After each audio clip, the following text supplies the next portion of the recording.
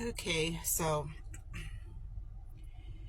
as stated on my profile, um, I am a narcissistic abuse survivor, okay? And when I tell you that is the most draining and stressful relationship to be in, because the narcissist is a person that lives in a distorted reality, okay? He has this grandiose sense of self. He is the best at everything. There is no idea that is greater than that person's idea. He thinks he can do no wrong. And if you call him out on his BS, then there's something wrong with you, right? When I was in my relationship, I dealt with a lot of gaslighting. Oh, if he got caught in anything, if he got caught in a lie, or if he got caught doing something wrong, or whatever the case may be, he found a way to turn it around and make it my fault. Another thing that he would do is he would do a lot of accusing. And you know the old saying, if you're pointing your fingers at somebody, you got more fingers pointing back at you, right? Usually with the narcissist, if they're accusing you of something, it's something that they're doing. They have either done it or thinking about doing it, or they're they're currently doing it. Okay. So with my situation,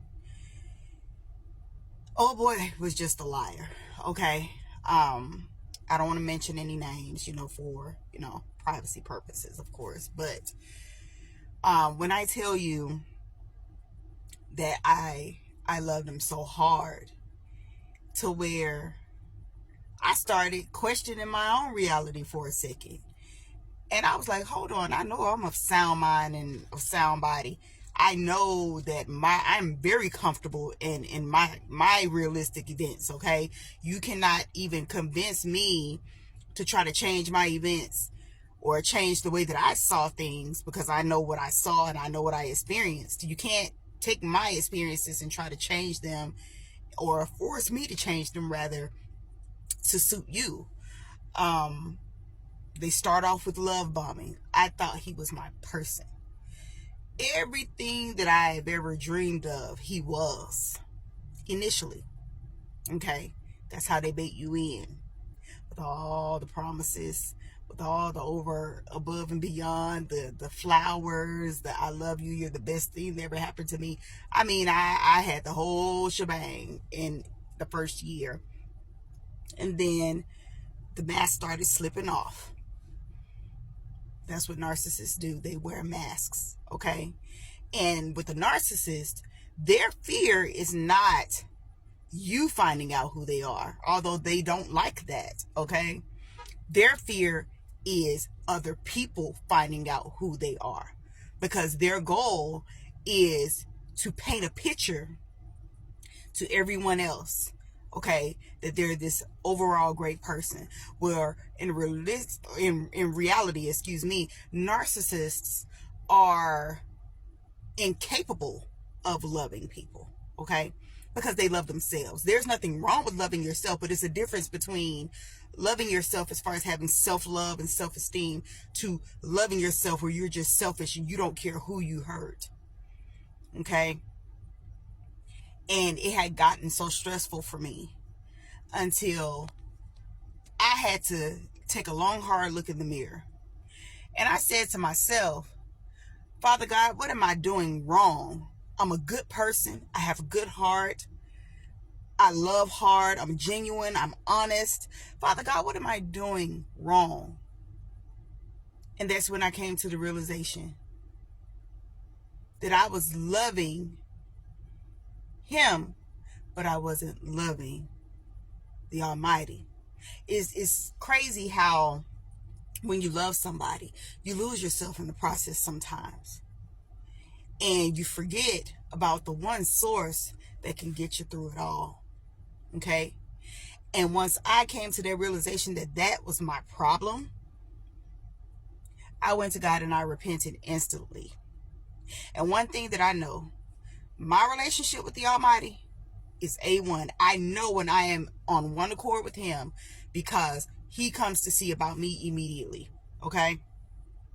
When I repented with a pure and sincere heart, I created a prayer space in my closet. Okay? And I went into my closet whenever we had arguments, whenever he tried to instigate an argument, whenever he tried to get me to act out of character, the reactive abuse was real. Okay? Like I was picking up, throwing things and all kind of stuff. Like I had a temper out of this world. And one thing about reactive abuse with the narcissist, they will poke and prod and pick and instigate and poke the bear and poke the bear and poke the bear.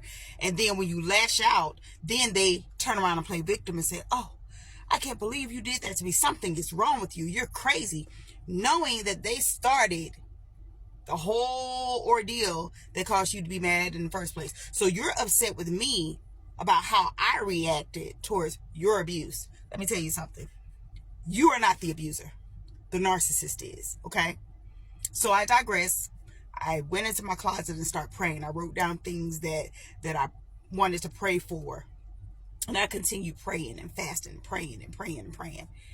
And slowly but surely, just about everything on that list, I started checking off because my prayers were starting to be answered. And one day, he walked out the door, Valentine's Day to be exact, walked out the door while I was sleeping because I work nights at the post office, right? So when I woke up, saw he wasn't there, and I looked on the camera and I saw him walk out of the door at 1:20 p.m. He didn't come back until that Sunday. See, God came to my rescue even when I didn't realize it at that moment. All I saw was him walking out of the door on the camera, but I didn't see God's hand pulling him out of that door, y'all. Do y'all hear me? He pulled him out of that door. God made it so to where he was able to leave so that I could change my locks, get his stuff out of my house. Okay? By the time he came back, my locks had been changed. His stuff was out of my house. He had gone to his ex-wife's house. That's who he was cheating on me with. All the accusations, all of the pointing the finger, you're cheating on me, and all of this, he was the one that was cheating. So guess what? I got his shit, and I took him back to her house. And get this, she didn't want him there. Oh, no, baby. He's all yours. You didn't steal him. You set me free from bondage. Okay? So now, the two of you can live your lives in low vibration together. Okay? And I'm going to go on and I'm going to live my life in peace. I have been at peace ever since.